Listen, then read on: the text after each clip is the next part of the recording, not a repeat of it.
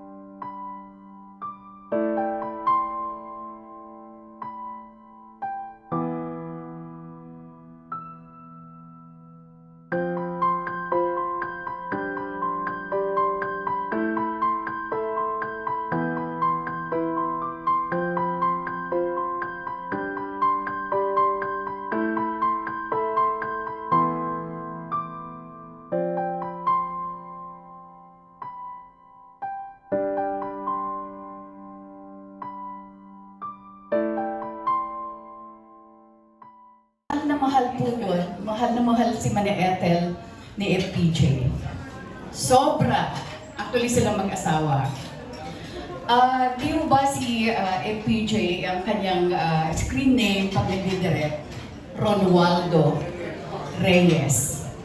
Yung Ronwaldo ay galing po sa Ronnie, kombinasyon ng pangalan ni Manay Ethel at saka ni Kuya Ran. Kaya naging Ronwaldo Reyes. Yung Reyes naman ay galing kay Efren Reyes Sr. na isa sa mga tinitingala niya noon. So yun ang pagbibigay-pugay niya, pagmamahal niya kay Manay Ethel. Ang sabi ko kay Manay, bakit mahal na mahal ka ni Kuya Ran? Alam mo, Aster, kung bakit? Meron daw isang sikreto si Kuya Ran na si Manay Ethel lang nakakaalam. And up to this day, up to the time she left us, walang pinagsabihan si Manay Ethel kung ano yun. And she kept that secret. Isang bagay na talagang hindi makakalimutan ni Kuya Ran at that time. So ganun siya kamahal.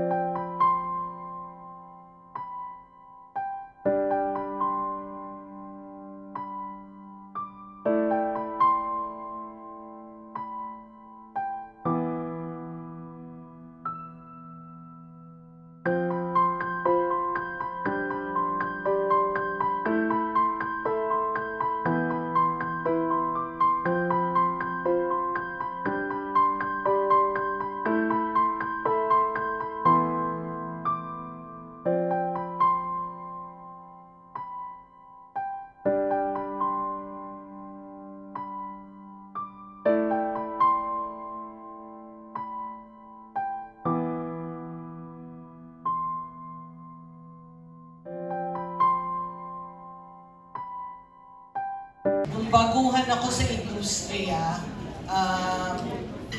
ang turing sa akin ng mga ibang sobrang pasosyal daw ako.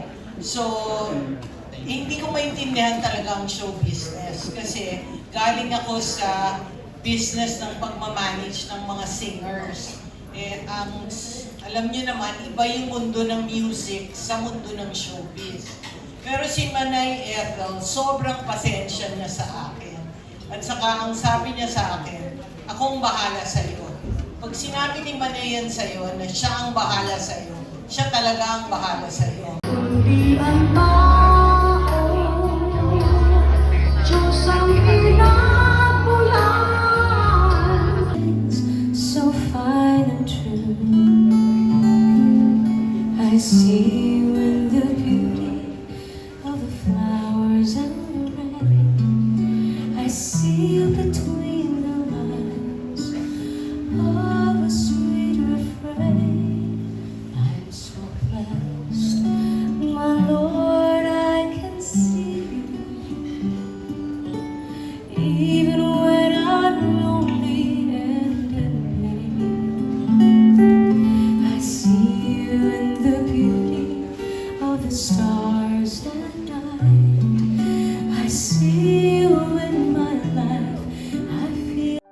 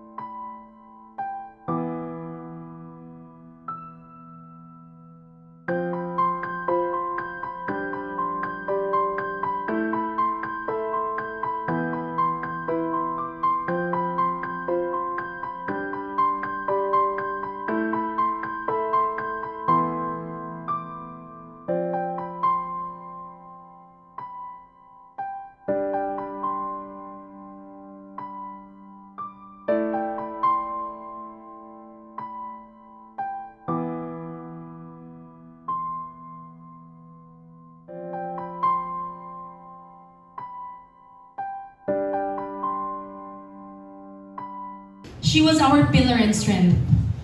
Kapag may problema ang pamilya, siya ang takbuhan. Siya din ang dahilan kung bakit kami nagkaka-reunion. Siya ang dahilan kung bakit kami close ng pamilya namin. Personally, she was my idol po. Lumaki ako na nakikita ko how she treated her colleagues like family. Ang kanyang mga alaga na artista. Kaya nung nagtayo ako ng modeling agency, Farah Models, kung saan kasama ko na ngayon yung kapatid ko si Fred at yung pamangkin ko na si Leon, sinabihan niya ako na kailangan disiplinado ang mga alaga mo.